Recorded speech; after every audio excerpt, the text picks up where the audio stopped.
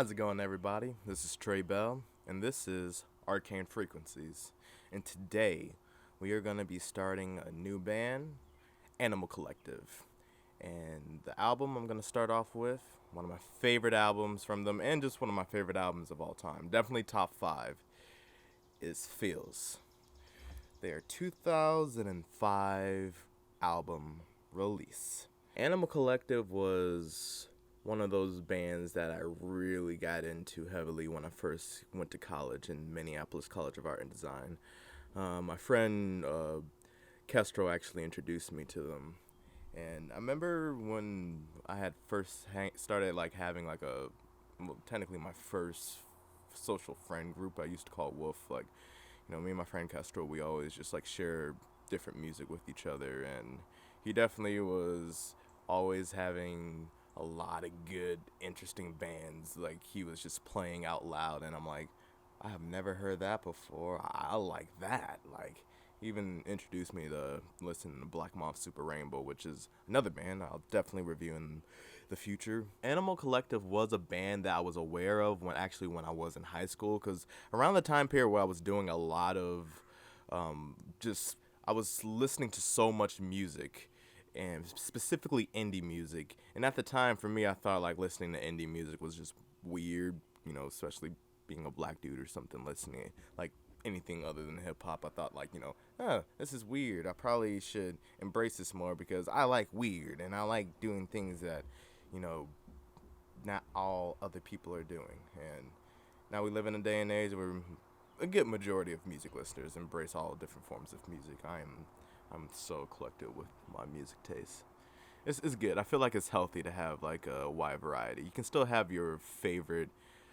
You still can have your favorite band or particular type of genre of music, but exploring actually helps you connect with people more. And this is all I've learned. And I've had so many great connections, and it's easier to function through the world because we can all congregate with music, even if we're from different places. There's always going to be something that we can appreciate from anybody else's music.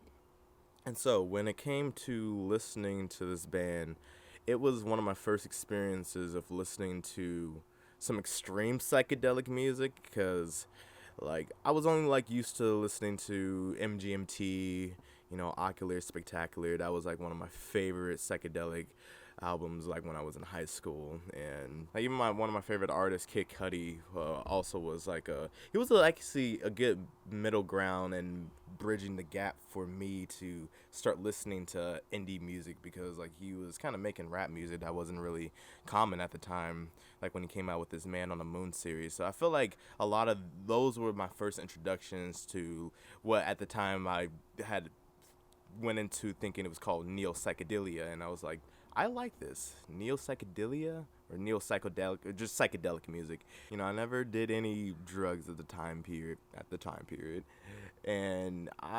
But all I know is that I was attracted to this very trippy type of weird wonky shit, and I was like, I want to keep going as further and further into the weirdest and strangest music that I can find. And lo and behold, after 10 years of just being a music junkie, I feel like I have a good foundation of artists that have inspired me, and Animal Collective is one of them. They are my fourth favorite band. So it goes Death Grips, Current 93, Coco Rosie, Animal Collective, and the Beatles. So when my friend Kestra introduced me to the band, he was primarily just playing songs off of this particular album, Feels. And yeah, I just remember just being amazed at how it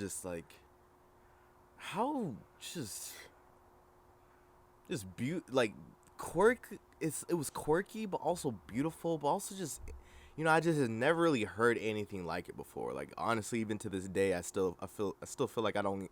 They Animal Collective definitely has a good implantment within making slightly avant-garde type of out there music, because a lot of the beginning of their career is their music, actually specifically in this time period, their music was always primarily improv, And if you ever had saw Animal Collective live during like the earlier startup time, like when they came out like in the 90s, well actually the 2000s, and before the whole band, all the four members had officially like even got together. At first they weren't even called Animal Collective. They were actually just, it was just Avi Tear and Panda Bear, I think, had met each other, and they came out with that first album, Spirit They Gone, Spirit They Vanish.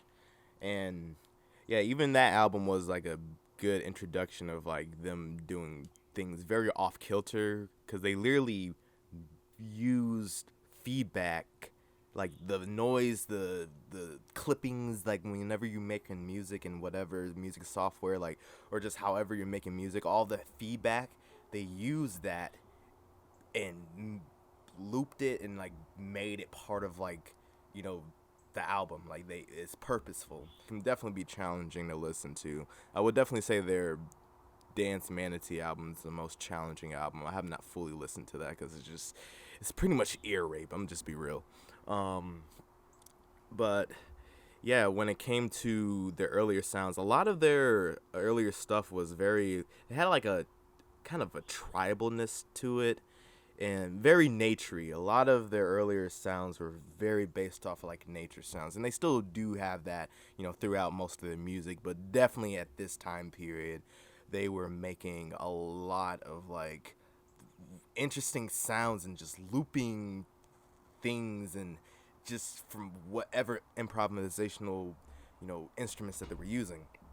And I mean, even their voices, like, it didn't really matter. They, like, Animal Collective, I would say, is like a band that is the definition of making good abstract improv music that still, works, because I feel like however they do their stuff, because I've seen them live before, and even live when they're doing like their songs, like, it's a totally different experience from listening to their albums. And Phil's, I would definitely say, was a good in between of like, I feel like that album definitely sounded like it could have also been, performed live. I mean, there are definitely live versions on like the deluxe version of this album, like about two or three songs at the end, but for the most part it's like 9 songs, and it's just, the whole entire thing is just like this, it's a whole entire vibe. Definitely I feel like they're playing on the concept of innocence, and I know that's kind of something that is kind of weaved throughout all their music. It's like innocence, nature, just like existentialism to the utmost degree. And I would definitely even say like finding ways to make very mundane subject matter is very absurd, because I'll be honest, like, I don't really know, I can't really quote lyrics from Animal Collective all the time, because some stuff is, I feel like sometimes it's usually more about the music than like the lyrics, because like the lyrics are kind of like, they're very simple, but they do it in very strange ways, kind of almost in a sense, like, now that I think about it, like, to kind of cross with a different genre. Like, if you look at Young Thug's music, he's not really saying anything interesting, but the way he says it is interesting. And I feel like with certain artists, like, whether, Young Thug, Playboi Carti, just to like be in a more, like, just to show examples of rap and how, like, I feel like this can, certain music can translate with each other. It's sometimes more about like the sound, and it doesn't necessarily have to be poignant or like that deep, but probably the way that you say it can make it more deep, because like, let's to actually just get into the album, let's actually start looking at some of these songs. So it starts off with Did You See the Words? This pretty much starts off like a theatrical representation of nostalgia for your childhood, and it's like, it feels like birth. It feels like, you hear a lot of nature sounds. It just feels like the beginning of something starting. That's like what I feel like this whole entire album is. Just like kind of, you're brought into the world, and then you're continuously going through different experiences, and some experiences are harsh, some are boring, some are, sad, some are intense and just chaotic and confusing. And I do feel like, the more that I think about this album and just their music in general, it does feel like that's what they're representing, just what it feels like to be alive. Like, Animal Collective music, I feel like, is the best representation of like what existentialism sounds, but definitely in a more nature-based type of aesthetic, at least when it comes to their earlier stuff, and definitely their newer stuff as of late. Although I would definitely say that personally for me, ever since like Meriwether Post Pavilion, I feel like their music really hasn't landed in the same way anymore as like they did in the earlier 2000. And of course, like I started listening to them like way before like that album had came out. Like I wasn't even aware of like Animal Collective at the time. I got into them into like 2014 when I first went to college, and for me being a music nerd, like I literally would go and if I like a band, I would go through their whole entire discography and experience like decades of music within almost like a year. And there is a bee. All right, it went away. And yeah, it was just a great experience just to find a band that I was really into, and I just binged them. Like whenever I can find a new band and I just want to binge them, like that's how I know that like I have a new favorite band. And Animal Collective, like I fell in love right away.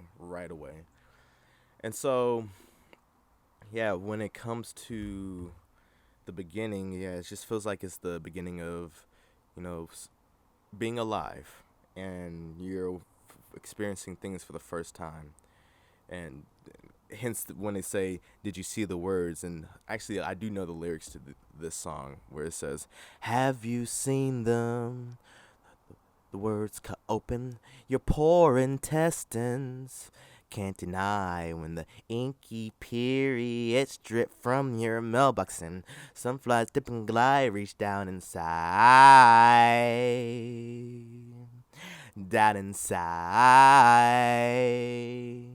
There's something living in his lines. Ah, beautiful. I remember like, and it was just like, and also another thing about this song that I love, and this is one of my probably my favorite Animal Collective song. Actually, I think this is number one. Did you see the words? It's just like that burst of like tonight. It's just like cheer. It's just like whoa.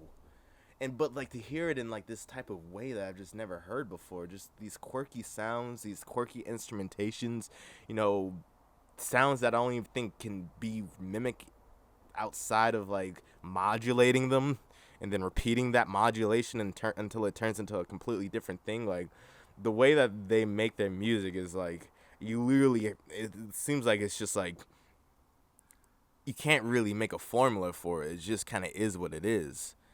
And man, it's just great.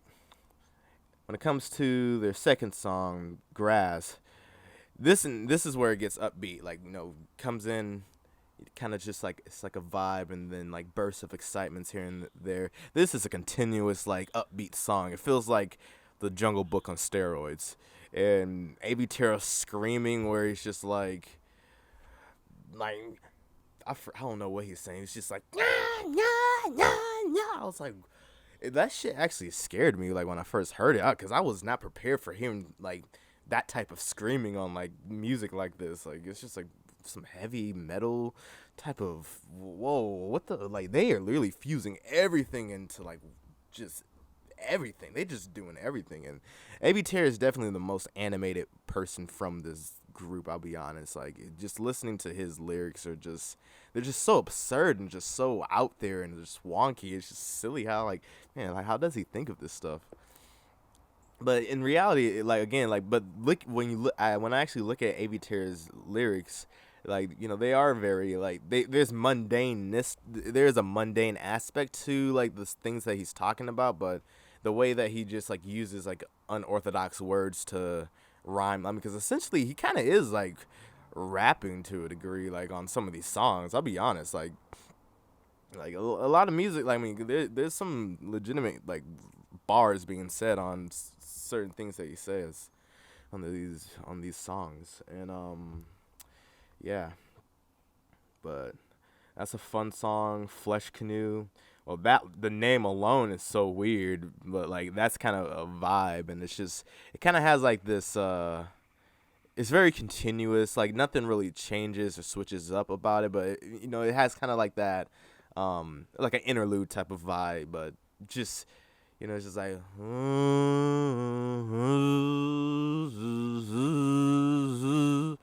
and I can't even describe with the instrumentation. I don't know how like they even make those sounds. Like they probably did something computer-esque, you know. I don't know, but yeah, Flesh Canoe. I like that a lot. At first, I didn't like it when I first started listening to the album. Like that was like a song that I skipped a lot, but over time, I've learned to just like let it play because it's just like there. I think I actually read the lyrics and just like fucked with what the lyrics are saying. Like I can't remember what the lyrics are now, but actually, let me just look at them real quick. There's a few. Your red bird, they're just natural feelings. I can't keep from changing my brains, bending my wants with my rights. Are my friends still half right? Should I keep them separate from me? It's unclear. Then I get a cold. Can I get a light? It's a certain type of easy pace. That's what we need to make it.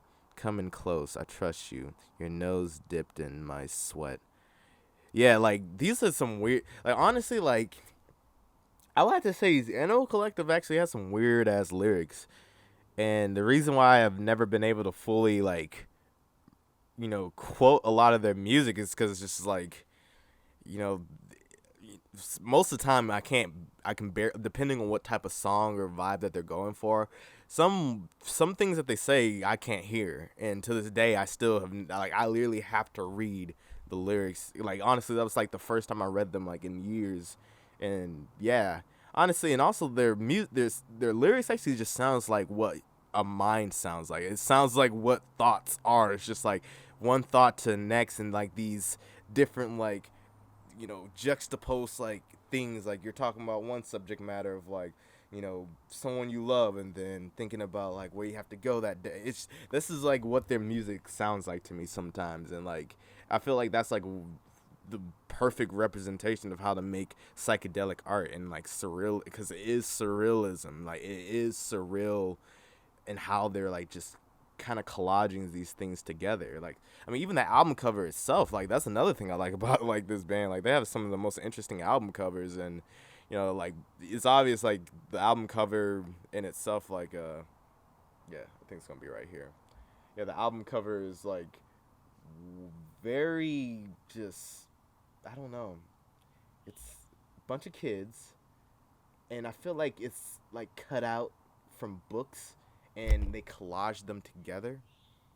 Like the album cover actually gives me the same vibe as like Henry Dodger's artwork. If you don't know who Henry Dodger was, he was like literally the definition of like a reclusive artist who no one really knew much about, other than he was just a janitor for most of his life and just lived a very alone life. Yeah, he made this like collage and like collection of these little girls that were called the Vivian girls, and he was just an example of like someone who probably just didn't really, he was probably just didn't have a lot of people he associated with, and he made very insular art, but it was very wrapped in like this very childlike manner, and by the time he died, like they were gonna throw all his stuff away, and they realized like his stuff was genius, and he even said himself, "Oh, I guess it's too late to reap the benefits of it," or like they even said like, "Oh, it would have been so amazing to like have this out," and it's like too late now. But yeah, that's like what this album cover looks like to me. It's like some Henry Dodgers type of stuff. On to the next song, The Purple Bottle. And this is what I also consider like the second act of the second song, Grass. It's just like, it feels like the Jungle Book, but even on more steroids this time. And it's just like, man, this is just a very energetic song. This is like the definition of hyper. It's just like a crush headed crush, I could crush all I can, and I touched your hand. Crush that, don't want it to stop. The furies of your brother, and I crushed that Bob and didn't really know. And I'm just like, whoa, man, this is the definition of just having fun. Like that's like this album is like everything in one. It's chill, it's crazy, it's erratic, it's a vibe. It's just everything, man.